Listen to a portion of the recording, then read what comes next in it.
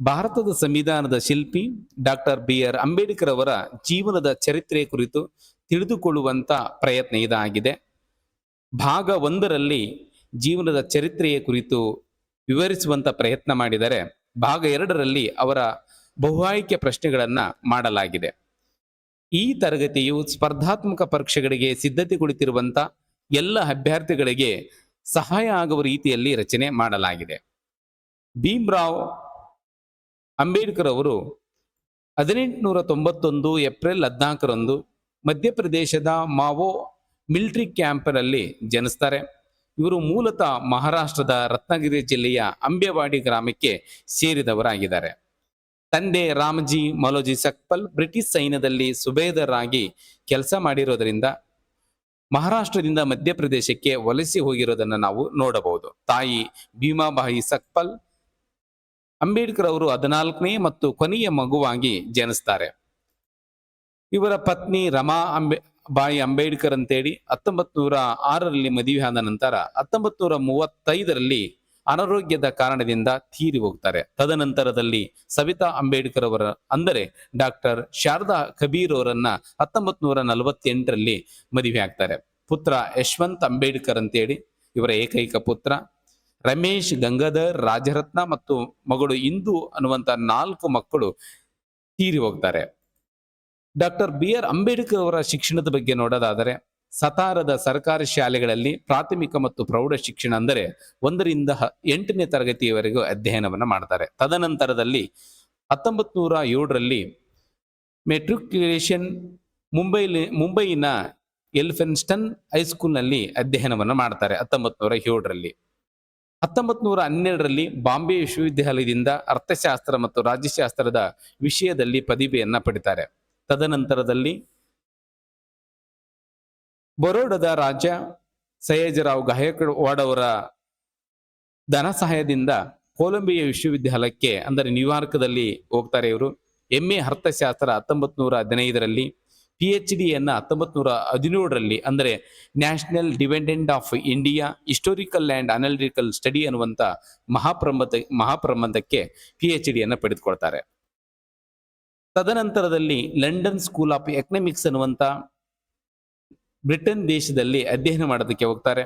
ಅಲ್ಲಿ MSc ಯನ್ನು 1921ರಲ್ಲಿ, DSc ಅಂದರೆ ಡಾಕ್ಟರ್ ಆಫ್ ಸೈನ್ಸ್ ಅನ್ನು 1923ರಲ್ಲಿ, ಅದಕ್ಕೆ the problem of rupee, its origin and its solution ಅನ್ನುವಂಥ ಮಹಾಪ್ರಬಂಧಕ್ಕೆ ಡಾಕ್ಟರ್ ಆಫ್ ಸೈನ್ಸ್ ಪದವಿಯನ್ನ ಲಂಡನ್ ಸ್ಕೂಲ್ ಆಫ್ ಎಕನಾಮಿಕ್ಸ್ನವರು ನೀಡ್ತಾರೆ. ಗ್ರೇಸ್ ಇನ್ ಲಂಡನ್ನಲ್ಲಿ ಬ್ಯಾರಿಸ್ಟರ್ ಅಂದರೆ ಕಾನೂನು ಪದವಿಯನ್ನು 1922ರಲ್ಲಿ ಪಡೆದುಕೊಳ್ತಾರೆ. ತದನಂತರದಲ್ಲಿ ಇವರು ಬರೆದಿರುವಂತಹ ಕೃತಿಗಳು 1917ರಲ್ಲಿ castes in India, their mechanism, genesis and development ಅಂತಂದ್ರೆ ಭಾರತದಲ್ಲಿ ಜಾತಿ ಪದ್ಧತಿ, ಅವುಗಳ ಕಾರ್ಯವಿಧಾನ ಮತ್ತು ಉಗಮ ಅನ್ನುವಂಥ ಕೃತಿಯನ್ನು ಬರೀತಾರೆ. 1918ರಲ್ಲಿ small holdings in India, their remedies ಅನ್ನುವಂಥದ್ದು ಅಂದರೆ ಭಾರತದಲ್ಲಿ ಸಣ್ಣ ಭೂ ಹಿಡುವಳಿಗಳು ಮತ್ತು ಅವುಗಳ ಪರಿಹಾರಗಳು ಅಂತೇಳಿ. 1923ರಲ್ಲಿ ಅತ್ಯಂತ ಪ್ರಮುಖವಾದಂಥ ಕೃತಿ, ಭಾರತದಲ್ಲಿ ರಿಸರ್ವ್ ಬ್ಯಾಂಕ್ ಸ್ಥಾಪನೆ ಆಗೋದಕ್ಕೆ ಕಾರಣ ಆದಂಥ ಕೃತಿ ಇದಾಗಿದೆ. The problem of the rupee, its origin, its solution ಅಂತೇಳಿ, ರೂಪಾಯಿ ಸಮಸ್ಯೆ, ಅದರ ಉಗಮ ಮತ್ತು ಪರಿಹಾರ ಅನ್ನುವಂಥದ್ದು. 1924ರಲ್ಲಿ evaluation of provincial finance in British India, British ಭಾರತದಲ್ಲಿ ಪ್ರಾಂತೀಯ ಹಣಕಾಸಿನ ವಿಕಾಸ ಅಂತೇಳಿ. 1936ರಲ್ಲಿ ಅನಿಲೇಷನ್ ಆಫ್ ಕ್ಯಾಸ್ಟ್, ಜಾತಿ ವಿನಾಶದ ಕುರಿತು ಬರೆದಿರುವಂಥ ಕೃತಿ ಇದಾಗಿದೆ. 1939ರಲ್ಲಿ ಫೆಡರೇಷನ್ ವರ್ಸಸ್ ಫ್ರೀಡಮ್, ಒಕ್ಕೂಟ ಮತ್ತು ಸ್ವತಂತ್ರದ ಕುರಿತು ಕೃತಿಯನ್ನು ಬರೆದಿದ್ದಾರೆ. ತದನಂತರದಲ್ಲಿ 1940ರಲ್ಲಿ ಥಾಟ್ಸ್ ಆನ್ ಪಾಕಿಸ್ತಾನ್ ಅಂತೇಳಿ ಪತ್ನಿ ರಮಾಬಾಯಿಗೆ ಸಮರ್ಪಿಸಿದಂಥ ಕೃತಿ ಇದಾಗಿದೆ, ಪಾಕಿಸ್ತಾನದ ಕುರಿತು ಚಿಂತನೆಗಳಂತೇಳಿ. 1943ರಲ್ಲಿ Ranade, Gandhi and Jinnah comparative study ಪುಸ್ತಕ ಇದಾಗಿದೆ. 1945ರಲ್ಲಿ what Congress and Gandhi have done to the untouchables ಅಂತೇಳಿ, ಕಾಂಗ್ರೆಸ್ ಮತ್ತು ಗಾಂಧಿಯವರು ಅಸ್ಪೃಶ್ಯರಿಗಾಗಿ ಏನು ಮಾಡಿದ್ದಾರೆ ಅನ್ನುವಂಥ ಕೃತಿ ಇದಾಗಿದೆ. 1946ರಲ್ಲಿ ಹೂ ಆರ್ ದ ಶೂದ್ರರು ಯಾರಾಗಿದ್ದರು ಅನ್ನುವಂಥ ಕೃತಿಯನ್ನು ಬರೀತಾರೆ. ಈ ಕೃತಿಯನ್ನು ಜ್ಯೋತಿ ಬಾಪುಲೆ ಅವರಿಗೆ ಅರ್ಪಣೆಯನ್ನು ಮಾಡ್ತಾರೆ. 1948ರಲ್ಲಿ untouchable, who are they and why they became untouchable ಅನ್ನುವಂಥ ಕೃತಿಯನ್ನು ಬರೀತಾರೆ. 1955ರಲ್ಲಿ ಥಾಟ್ಸ್ ಆನ್ ಲಿಂಗ್ವಿಸ್ಟಿಕ್ ಸ್ಟೇಟ್ಸ್ ಅನ್ನುವಂಥ ಕೃತಿಯನ್ನು ಬರೀತಾರೆ. ಕೊನೆಯಲ್ಲಿ 1956ರಲ್ಲಿ ತೀರುವುದರು ಸಹ, ತೀರುವ ಸಂದರ್ಭದಲ್ಲಿ ಬರೆದಿರುವಂಥ ಕೃತಿ ಇದಾಗಿದೆ, ಬುದ್ಧ ಹ್ಯಾಂಡ್ ಇಸ್ ದಮ್ ಅಂತೇಳಿ. ಅವರ ಮರಣದ ನಂತರ ಪ್ರಕಟಣೆ ಆಗಿರುವಂಥ ಏಕೈಕ ಪುಸ್ತಕ ಇದಾಗಿದೆ. ಪ್ರಮುಖ ಪತ್ರಿಕೆಗಳು ಸಮಾಜದಲ್ಲಿರುವಂಥ ಮೂಢನಂಬಿಕೆಗಳನ್ನ, ಜಾತಿ ಪದ್ಧತಿಯನ್ನ ಹೋಗಲಾಡಿಸೋದಕ್ಕೋಸ್ಕರ ಹಲವಾರು ಪತ್ರಿಕೆಗಳನ್ನ ಪ್ರಕಟಣೆ ಮಾಡ್ತಾರೆ. ಅದರಲ್ಲಿ ಮೊದಲನೇದಾಗಿ ಮೂಕನಾಯಕ ಪತ್ರಿಕೆ 1920ರಲ್ಲಿ, ಬಹಿಷ್ಕೃತ ಭಾರತ 1927ರಲ್ಲಿ, ಸಮತಾ ಪತ್ರಿಕೆ 1928ರಲ್ಲಿ, ಜನತಾ ಪತ್ರಿಕೆ 1930ರಲ್ಲಿ, ಪ್ರಬುದ್ಧ ಭಾರತ ಅನ್ನುವಂಥ ಕೃತಿ 1956ರಲ್ಲಿ ಪ್ರಕಟಣೆ ಮಾಡೋದರ ಮುಖಾಂತರ ಜಾತಿ ಪದ್ಧತಿ ವಿರುದ್ಧ ಹೋರಾಟವನ್ನು ತೀವ್ರಗೊಳಿಸ್ತಾರೆ. ಮಹತ್ ಸತ್ಯಾಗ್ರಹ ಅಂತೇಳಿ 1927ರಲ್ಲಿ, ಇದು ಅಂಬೇಡ್ಕರ್ ಅವರು ಮಾಡಿದಂಥ ಪ್ರಮುಖ ಮತ್ತು ಮೊದಲ ಸಾರ್ವಜನಿಕ ಚಳವಳಿಯಾಗಿದೆ. ಇದು ಚೌಡರ್ ಅಥವಾ ಚೌದರ್ ಕೆರೆಯ ನೀರನ್ನ ದಲಿತರಿಗೆ ಕುಡಿಯೋದಕ್ಕೆ ನಿಷೇಧ ಏರಿದ್ರು, ಅದನ್ನ ಮುರಿಯೋದಕ್ಕೋಸ್ಕರ, ಎಲ್ಲರಿಗೂ ನೀರು ಕುಡಿಯೋದಕ್ಕೆ ಅವಕಾಶ ಮಾಡೋದಕ್ಕೋಸ್ಕರ ಮಾಡಿದಂಥ ಸತ್ಯಾಗ್ರಹ ಇದಾಗಿದೆ. ವಿಶ್ವದಲ್ಲಿ ನೀರಿಗಾಗಿ ಸತ್ಯಾಗ್ರಹ ಮಾಡಿದಂಥ ಮೊದಲ ಸಂದರ್ಭ ಇದಾಗಿದೆ. ಮಾರ್ಚ್ 20, 1927ರಂದು ಅಂಬೇಡ್ಕರ್ ಅವರು ಸಾವಿರಾರು ಅನುಯಾಯಿಗಳೊಂದಿಗೆ ನೀರು ಕುಡಿಯೋದ್ರ ಮೂಲಕ ಮೂಲಭೂತ ಹಕ್ಕನ್ನ ಪ್ರತಿಪಾದನೆ ಮಾಡ್ತಾರೆ. ಹಾಗಾಗಿ ಮಾರ್ಚ್ 20 ಪ್ರತಿ ವರ್ಷ ಸಾಮಾಜಿಕ ಸಬಲೀಕರಣ ದಿನ ಅಂತೇಳಿ ನಾವು ಆಚರಣೆ ಮಾಡ್ತಾ ಇದ್ದೀವಿ. ಮನುಸ್ಮೃತಿ ದಹನ ಅಂತೇಳಿ, ಬರ್ನಿಂಗ್ ಆಫ್ ಮನುಸ್ಮೃತಿ 1927, ಅಂದರೆ ಡಿಸೆಂಬರ್ 25, 1927ರಂದು ಭಾರತದಲ್ಲಿ ಇರುವಂತಹ ಜಾತಿ ಬಗ್ಗೆ ಅಸ್ಪೃಶ್ಯತೆಯನ್ನ ಬೆಂಬಲಿಸುವಂತ ಗ್ರಂಥವಾಗಿರುವಂತ ಮನುಸ್ಮೃತಿಯನ್ನ ಡಾಕ್ಟರ್ BR ಅಂಬೇಡ್ಕರ್ ಅವರು ಪ್ರತಿಭಟನೆ ಮಾಡೋದ್ರ ಜೊತೆಗೆ ಇದನ್ನ ದಹನ ಮಾಡ್ತಾರೆ. ಹಾಗಾಗಿ ಈ ದಹನ ಮಾಡೋದ್ರ ಮೂಲಕ ಭಾರತ ದೇಶದಲ್ಲಿರುವಂತಹ ಜಾತಿ ಪದ್ಧತಿಯನ್ನ ತೀವ್ರವಾಗಿ ವಿರೋಧವನ್ನ ವ್ಯಕ್ತಪಡಿಸ್ತಾರೆ. ಕಲಾರಾಮ್ ದೇವಾಲಯದ ಸತ್ಯಾಗ್ರಹ 1930ರಿಂದ 1935ರವರೆಗೆ 5 ವರ್ಷಗಳ ಕಾಲ ಈ ಸತ್ಯಾಗ್ರಹವನ್ನು ನಡೆಸ್ತಾರೆ. ಇದು ಮಹಾರಾಷ್ಟ್ರದ ನಾಸಿಕ್ನಲ್ಲಿ ರಾಮನಿಗೆ ಸಂಬಂಧಪಟ್ಟಂತ ದೇವಸ್ಥಾನ ಇದಾಗಿದೆ. ದಲಿತರಿಗೂ ದೇವರದ ಪ್ರವೇಶದ ಅವಕಾಶ ಇಲ್ಲದೆ ಇರುವುದರಿಂದ ಪ್ರವೇಶಕ್ಕೆ ಅವಕಾಶ ಕೊಡಬೇಕಂತೇಳಿ 15,000ಕ್ಕೂ ಹೆಚ್ಚು ಜನರು ಅಹಿಂಸಾತ್ಮಕ ಚಳವಳಿ ಮಾಡೋದ್ರ ಮುಖಾಂತರ ಕಲಾರಾಮ್ ದೇವಾಲಯವನ್ನ ಪ್ರವೇಶ ಮಾಡಿ ಈ ಸತ್ಯಾಗ್ರಹವನ್ನ ಮಾಡ್ತಾರೆ.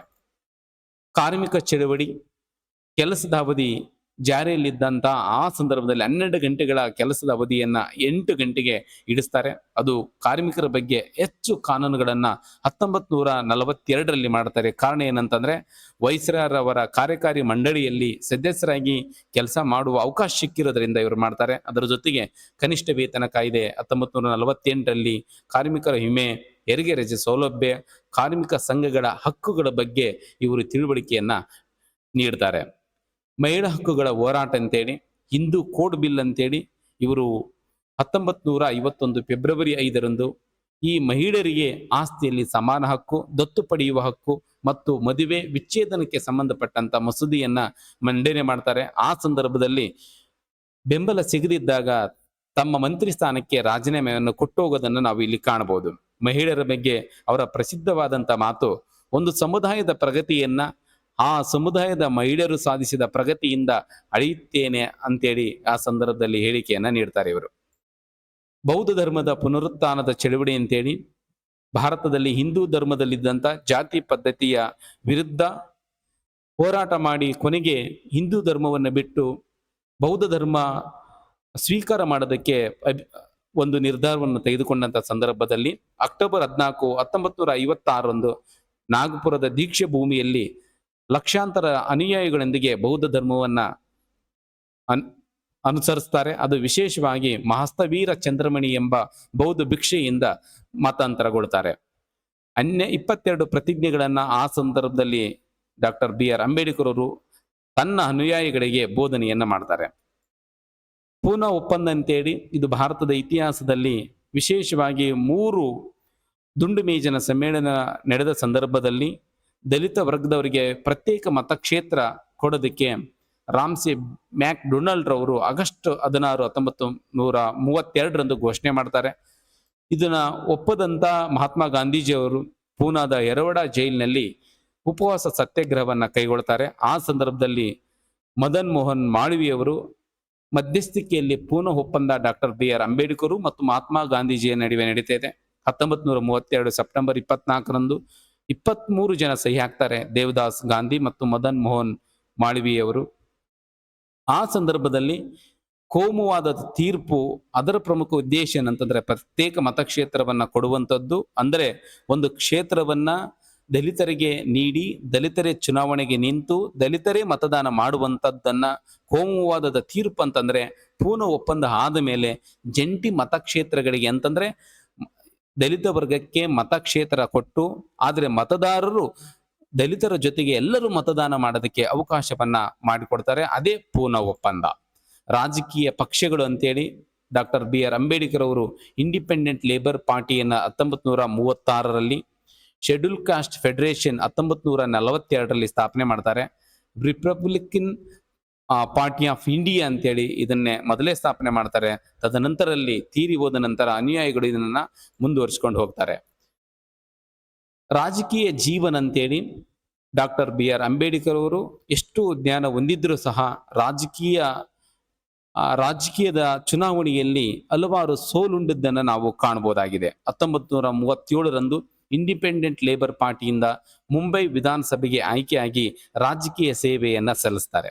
1946ರಲ್ಲಿ ಬಂಗಾಳ ಪ್ರಾಂತ್ಯದಿಂದ ಭಾರತದ ಸಂವಿಧಾನ ರಚನೆ ಸಭೆಗೆ ಆಯ್ಕೆ ಆಗ್ತಾರೆ. ಆದರೆ ಭಾರತದ ವಿಭಜನೆ ನಂತರ ಈ ಬಂಗಾಳ ಪ್ರಾಂತ್ಯ ಪಾಕಿಸ್ತಾನಕ್ಕೆ ಹೋಗೋದರಿಂದ ಸದಸ್ಯತ್ವ ಅಲ್ಲಿಗೆ ರದ್ದಾಗುತ್ತೋ. ತದನಂತರದಲ್ಲಿ ಮುಂಬೈ ಪ್ರಾಂತ್ಯದಿಂದ ಆಯ್ಕೆಯಾಗಿ ಭಾರತದ ಸಂವಿಧಾನ ರಚನೆ ಮಾಡೋದಕ್ಕೆ ವಿಶೇಷವಾಗಿ ಡ್ರಾಫ್ಟ್ ಕಮಿಟಿಯ ಚೇರ್ಮನ್ ಆಗಿ ಕೆಲಸವನ್ನ ಮಾಡ್ತಾರೆ. ಸ್ವತಂತ್ರ ಭಾರತದ ಸರ್ಕಾರದಲ್ಲಿ ಕಾನೂನು ಮಂತ್ರಿಯಾಗಿ ಕೆಲಸವನ್ನ ಮಾಡ್ತಾರೆ. ಹಿಂದೂ ಕೋಡ್ ಬಿಲ್ಗೆ ಬೆಂಬಲ ಸಿಗದಿದ್ದಾಗ ಮಂತ್ರಿ ಸ್ಥಾನಕ್ಕೆ ರಾಜೀನಾಮೆ ನೀಡಿದಂತ ವ್ಯಕ್ತಿ ಡಾಕ್ಟರ್ ಬಿ ಆರ್ ಅಂಬೇಡ್ಕರ್ ಅವರು. 1951ರ ಲೋಕಸಭೆಯ ಸಾರ್ವತ್ರಿಕ ಚುನಾವಣೆಯಲ್ಲಿ ಕಾಂಗ್ರೆಸ್ ಅಭ್ಯರ್ಥಿಯಾದಂಥ ತನ್ನ ಮಾಜಿ PA ಆಪ್ತ ಸಹಾಯಕನ ವಿರುದ್ಧ ಸೋಲು ಉಣ್ತಾರೆ. ಅದು ಮುಂಬೈ ಪ್ರಾಂತದಿಂದ. ಅವರು ಯಾರು ಅಂತಂದ್ರೆ ನರೇನ್ ಸೊಡೋಬ್ ಕರ್ಲಜಕರ್ ಅನ್ನುವಂಥ PA ಇಂದ ಮೊದಲ ಸಾರ್ವತ್ರಿಕ ಚುನಾವಣೆಯಲ್ಲಿ ಡಾಕ್ಟರ್ ಬಿ ಆರ್ ಅಂಬೇಡ್ಕರ್ ಅವರು ಸೋಲ್ತಾರೆ. ತದನಂತರದಲ್ಲಿ 1954 ಲೋಕಸಭೆಯ ಉಪ ಚುನಾವಣೆಯಲ್ಲಿ ಕೂಡ ನಿಲ್ತಾರೆ. ಇದರಲ್ಲಿ ಮೂರನೇ ವ್ಯಕ್ತಿಯಾಗಿ 3ನೇ ಸ್ಥಾನವನ್ನ ಮತದಾನವನ್ನ ಪಡೆದುಕೊಳ್ತಾರೆ. ಅದು ಬಂಡಾರ್ ಕ್ಷೇತ್ರದಿಂದ. ಮುಂಬೈ ರಾಜ್ಯದಿಂದ ಅಂದರೆ ಲೋಕಸಭೆ ಚುನಾವಣೆಯಲ್ಲಿ ಸೋತೋದ್ಮೇಲೆ ಮುಂಬೈ ರಾಜ್ಯದಿಂದ ರಾಜ್ಯಸಭೆಗೆ ಆಯ್ಕೆಯಾಗಿ ಸೇವೆಯನ್ನ ಸಲ್ಲಿಸ್ತಾರೆ. ಕರಡು ಸಮಿತಿ ಅಂತೇಳಿ ಭಾರತದ ಸಂವಿಧಾನ ರಚನೆ ಮಾಡೋದಕ್ಕೆ ಪ್ರಮುಖವಾದಂತಹ ಸಮಿತಿಗಳಲ್ಲಿ ಕರಡು ಸಮಿತಿ ಕೂಡ ಒಂದು. ಆಗಸ್ಟ್ 29, 1947ರಂದು ರಚನೆ ಆಗಿರುವಂತಹ ಈ ಕರಡು ಸಮಿತಿಯಲ್ಲಿ 7 ಜನ ಸದಸ್ಯರು. ಅಧ್ಯಕ್ಷರಾಗಿ ಡಾಕ್ಟರ್ ಬಿ ಆರ್ ಅಂಬೇಡ್ಕರ್, ಸದಸ್ಯರಾಗಿ N Gopalaswami Ayyangar, B L Mitter ರಾಜೀನಾಮೆಯಿಂದ N Madhavrao, KM Munshi, Syed Mohammad Saadulla, Alladi Krishnaswamy Iyer, D P ಕೈತಾನದ ನಂತರ TT ಕೃಷ್ಣಮಾಚಾರ್ಯ. ಕರಡು ಸಮಿತಿಯ ಸದಸ್ಯರ ಫೋಟೋವನ್ನು ಇಲ್ಲಿ ನಾವು ನೋಡಬಹುದು. ಭಾರತದ ಸಂವಿಧಾನ ಕರಡು ಸಮಿತಿ ಚೇರ್ಮನ್ ರಾಗಿರುವಂತ ಡಾಕ್ಟರ್ ಬಿ ಆರ್ ಅಂಬೇಡ್ಕರ್ ಅವರು ಕರಡನ್ನ ಮಂಡನೆ ಮಾಡ್ತಾರೆ. ಒಂದು ಫಸ್ಟ್ ರೀಡಿಂಗ್ ಅಂತೇಳಿ ನವೆಂಬರ್ 4ರಿಂದ 1948ರಿಂದ 9ನೇ ನವೆಂಬರ್ 1948ರವರೆಗೆ, ಸೆಕೆಂಡ್ ರೀಡಿಂಗ್ ಅಂತೇಳಿ ನವೆಂಬರ್ 15ರಿಂದ ಅಕ್ಟೋಬರ್ 17, 1949ರವರೆಗೆ. ಒಟ್ಟು ಸೂಚಿಸಿದಂಥ ತಿದ್ದುಪಡಿಗಳು 7653, ಮಾಡಿದಂಥ ತಿದ್ದುಪಡಿಗಳು 2473 ತಿದ್ದುಪಡಿಗಳು. ಥರ್ಡ್ ರೀಡಿಂಗ್ ಅಂತೇಳಿ this is final reading November 14, 1949ರಿಂದ. ಭಾರತದ ಸಂವಿಧಾನದ ಅಂಗೀಕಾರ ನವೆಂಬರ್ 26, 1949ರಂದು. ಭಾರತದ ಸರ್ಕಾರ ಡಾಕ್ಟರ್ ಬಿ ಆರ್ ಅಂಬೇಡ್ಕರ್ ನೀಡಿದಂಥ ಕೊಡುಗೆ ಅನ್ನ ಸ್ಮರಿಸುವುದಕ್ಕೋಸ್ಕರ ಸರ್ಕಾರ ಕೈಗೊಂಡಿರುವಂತಹ ಕ್ರಮ ಅಥವಾ ಗೌರವದ ಕೆಲಸ ಏನಂತಂದ್ರೆ 1990ರಲ್ಲಿ UP ಸಿಂಗ್ ಪ್ರಧಾನಮಂತ್ರಿ ಇದ್ದಂಥ ಸಂದರ್ಭದಲ್ಲಿ, R ವೆಂಕಟರಮಣ್ ಅವರು ರಾಷ್ಟ್ರಪತಿ ಇದ್ದಂಥ ಸಂದರ್ಭದಲ್ಲಿ ಭಾರತ ರತ್ನ ಪ್ರಶಸ್ತಿ ನೀಡಿ ಗೌರವಿಸಿದೆ. BHIM ಆ್ಯಪ್ ಅಂತೇಳಿ ಭಾರತ ಇಂಟರ್ಫೇಸ್ ಫಾರ್ ಮನಿ ಎನ್ನುವಂತ ಆ್ಯಪ್ ಅನ್ನ ಇವರ ಹೆಸರಿನ ಮುಖಾಂತರ ಕೇಂದ್ರ ಸರ್ಕಾರ ಮಾಡಿದ್ದಾರೆ. ಅದರ ಜೊತೆಗೆ ನಾಗ್ಪುರದಲ್ಲಿ ಏರ್ಪೋರ್ಟ್ಗೆ doctor Baba Saheb Ambedkar international airport ಎಂದು ಹೆಸರನ್ನ ಇಡಲಾಗಿದೆ. ಪಂಚತೀರ್ಥ ಅನ್ನುವಂಥದ್ದು ಡಾಕ್ಟರ್ ಬಿ ಆರ್ ಅಂಬೇಡ್ಕರ್ ಅವರಿಗೆ ಸಂಬಂಧಪಡುವಂತ 5 ಸ್ಥಳಗಳನ್ನ ಅಭಿವೃದ್ಧಿ ಪಡಿಸ್ತಾ ಇದ್ದಾರೆ. ಜನ್ಮಭೂಮಿ ಅಂತೇಳಿ ಮಾವೋ ಪ್ರದೇಶ, ಅದು ಮಧ್ಯಪ್ರದೇಶದಲ್ಲಿರುವಂತಹ ಪ್ರದೇಶ. ಶಿಕ್ಷೆ ಭೂಮಿ ಅಂತೇಳಿ ಯುಕೆದಲ್ಲಿ ಇವರು ಶಿಕ್ಷಣ ಪಡೆದಿರುವಂತಹ ಸ್ಥಳವನ್ನ, ದೀಕ್ಷೆ ಭೂಮಿ ಅಂತೇಳಿ ಬೌದ್ಧ ಧರ್ಮವನ್ನು ಸ್ವೀಕಾರ ಮಾಡಿದಂಥ ನಾಗಪುರ ಪ್ರದೇಶವನ್ನ, ನಿರ್ವಾಣ ಭೂಮಿ ಅಂತೇಳಿ ಇವರು ನಿಧನ ಹೊಂದಿದಂಥ ದೆಹಲಿ ರಾಜಗೃಹ ಪ್ರದೇಶವನ್ನ, ಚೈತ್ಯ ಭೂಮಿ ಇವರ ಸಮಾಧಿ ಸ್ಥಳವನ್ನ ಅಭಿವೃದ್ಧಿ ಮಾಡುವ ಕೆಲಸ ಮಾಡೋದಕ್ಕೋಸ್ಕರ ಪಂಚತೀರ್ಥ ಅನ್ನುವಂಥ ಯೋಜನೆಯನ್ನ ಕೇಂದ್ರ ಸರ್ಕಾರ ಕಾರ್ಯಾರಂಭ ಮಾಡಿದೆ. ಸಂವಿಧಾನದ ದಿನ ಅಂತಂದ್ರೆ ಭಾರತದ ಸಂವಿಧಾನ 1949 ನವೆಂಬರ್ 26ರಂದು ಜಾರಿಗೆ ಬಂದಿರೋದ್ರಿಂದ ಅದು ವಿಶೇಷವಾಗಿ ಅಂಗೀಕರಿಸಿದ ದಿನ. ಜಾರಿ ಬಂದಿದ್ದು 1950 ಜನವರಿ 26. ಆದರೆ ಅಂಗೀಕರಿಸಿದ ದಿನದ ನೆನಪಿಗೋಸ್ಕರ ನವೆಂಬರ್ 26ರನ್ನ ಸಂವಿಧಾನದ ದಿನ ಅಂತೇಳಿ ಅದು ವಿಶೇಷವಾಗಿ ಡಾಕ್ಟರ್ ಬಿ ಆರ್ ಅಂಬೇಡ್ಕರ್ ಅವರ 125ನೇ ಜನ್ಮದಿನದ ಅಂಗವಾಗಿ 2015ರಿಂದ ಆಚರಣೆ ಮಾಡ್ತಾ ಬಂದಿದ್ದೀವಿ. ಕೊನೆಯ ದಿನಗಳಂತೇಳಿ ಡಾಕ್ಟರ್ ಬಿ ಆರ್ ಅಂಬೇಡ್ಕರ್ ಅವರು 65 ವರ್ಷ ಬದುಕಿ ಭಾರತದ ಇತಿಹಾಸದಲ್ಲಿ ಅಷ್ಟೇ ಅಲ್ಲ, ಜಗತ್ತಿನ ಇತಿಹಾಸದಲ್ಲಿ ಎಂದೂ ಮರೆಯದಂತ ರತ್ನ ಡಾಕ್ಟರ್ ಬಿ ಆರ್ ಅಂಬೇಡ್ಕರ್. ಕಾರಣ ಅವರು ಉಸಿರಿರುವವರೆಗೂ ಕೂಡ ಜ್ಞಾನವನ್ನ ಕೊಡೋದಕ್ಕೋಸ್ಕರ ಪ್ರಯತ್ನ ಪಟ್ಟಿರುವಂತ ವ್ಯಕ್ತಿ. ಅದು ವಿಶೇಷವಾಗಿ ಜಾತಿ ಪದ್ಧತಿ ವಿರುದ್ಧ ಹೋರಾಟ ಮಾಡಿದಂತ ಡಾಕ್ಟರ್ ಬಿ ಆರ್ ಅಂಬೇಡ್ಕರ್ ಅವರು ಕೊನೆಯ ಗಳಿಗೆಯಲ್ಲೂ ಸಹ ಬೌದ್ಧ ಧರ್ಮ ಮತ್ತು ಈ ಧಮ್ಮ ಅನ್ನುವಂತ ಕೃತಿಯನ್ನ ಬರೀತಾರೆ. 1956 ಡಿಸೆಂಬರ್ 6ರಂದು ದೆಹಲಿಯ ತಮ್ಮ ರಾಜಗೃಹ ನಿವಾಸದಲ್ಲಿ ಮರಣ ಹೊಂದುತ್ತಾರೆ. ತದನಂತರ ಅವರನ್ನ ಮುಂಬೈಯಲ್ಲಿ ಸಮಾಧಿ ಮಾಡ್ತಾರೆ. ಅಂದ್ರೆ ಆ ಸಮಾಧಿ ಸ್ಥಳವನ್ನ ಚೈತ್ಯ ಭೂಮಿ ಅಂತೇಳಿ ನಾವು ಕರಿತಾ ಇದ್ದೀವಿ. ಇದು ಮೊದಲನೇ ಭಾಗದಲ್ಲಿ. ಎರಡನೇ ಭಾಗದಲ್ಲಿ ನಾವು ಡಾಕ್ಟರ್ ಬಿ ಆರ್ ಅಂಬೇಡ್ಕರ್ಗೆ ಸಂಬಂಧಪಟ್ಟಂತ ಬಹುಆಯ್ಕೆ ಪ್ರಶ್ನೆಗಳನ್ನ ನೋಡೋಣ ಅಂತ ಹೇಳ್ತಾ ಈ ತರಗತಿಯನ್ನ ಮುಗಿಸ್ತಾ ಇದ್ದೀನಿ.